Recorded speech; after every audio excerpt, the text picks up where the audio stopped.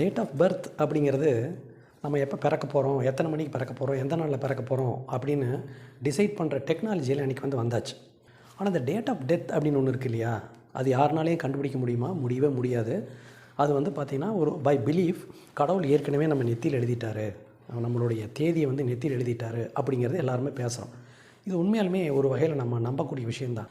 அவர் decide பண்ணிட்டார்னா யாருனாலையும் அதை தடுக்க முடியறதில்லை. எதை தடுக்க முடியறதில்லை? இந்த டேட் ஆஃப் டெத்துங்கிறத தடுக்க முடியறதில்லை. நம்ம ஆஃபீஸ் பாலிட்டிக்ஸில் இந்த டேட் ஆஃப் எஜெக்டட்னு ஒன்று இருக்குது பாருங்கள். ஒருத்தரை வெளியேற்றக்கூடிய ஒரு விஷயம், அது ஏற்கனவே நம்ம ஓனர் முடிவு பண்ணிட்டார்னு வச்சுக்கோங்க. நம்மளுடைய ஹையஸ்ட் மேனேஜர் முடிவு பண்ணிட்டார்னா, நம்மளுடைய எம்டி முடிவு பண்ணிட்டார்னா, அது யாருனாலையும் தடுக்க முடியாது. ஸோ இப்படி ஒரு ஆஃபீஸ் பாலிட்டிக்ஸ் இந்த நாள்கள்லேயே இருக்குது. அது நீங்கள் கம்மா கிராஸ் பண்ணியிருப்பீங்க.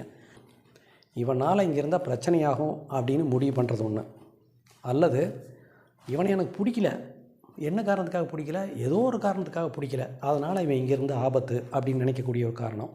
இதையெல்லாம் தாண்டி ஃப்ராடு பண்ணியிருந்தவங்கன்னா பிடிக்காது. பணம் திருடுறவங்க, இல்லை அங்கே இருக்கிற பெண் ஊழியர்கிட்ட ஏதாவது தவறாக நடந்தவங்க, அல்லது எப்போதுமே பிரச்சனையான ஆள் இந்த ஆஃபீஸில், நிறுவனத்துக்கு நஷ்டத்தை ஏற்படுத்திய ஆள். ஸோ இந்த மாதிரி ஆப்வியஸ் ரீசன்ஸ்க்காக நிறுத்துறது ஆஃபீஸ் பாலிட்டிக்ஸில் வராது. நம்மளோட மிஸ்பிஹேவியர்னால நம்ம வெளியேற்றப்படுறோம். ஆனால் நம்ம மிஸ்பிஹேவியரே இல்லாமல் திடீர்னு ஒரு நாள் ஒரு கார்னர் பண்ணிட்டு திடீர்னு நம்மளை வெளியேற்ற ஒரு அக்லி பாலிட்டிக்ஸ் எல்லா ஆஃபீஸ்லேயும் இருக்கும். அது கிட்டத்தட்ட அந்த டேட் ஆஃப் டெத் மாதிரி தான். எதுக்காக வெளியேற்றப்பட்டோம் அப்படிங்கிறதே நமக்கு தெரியாது.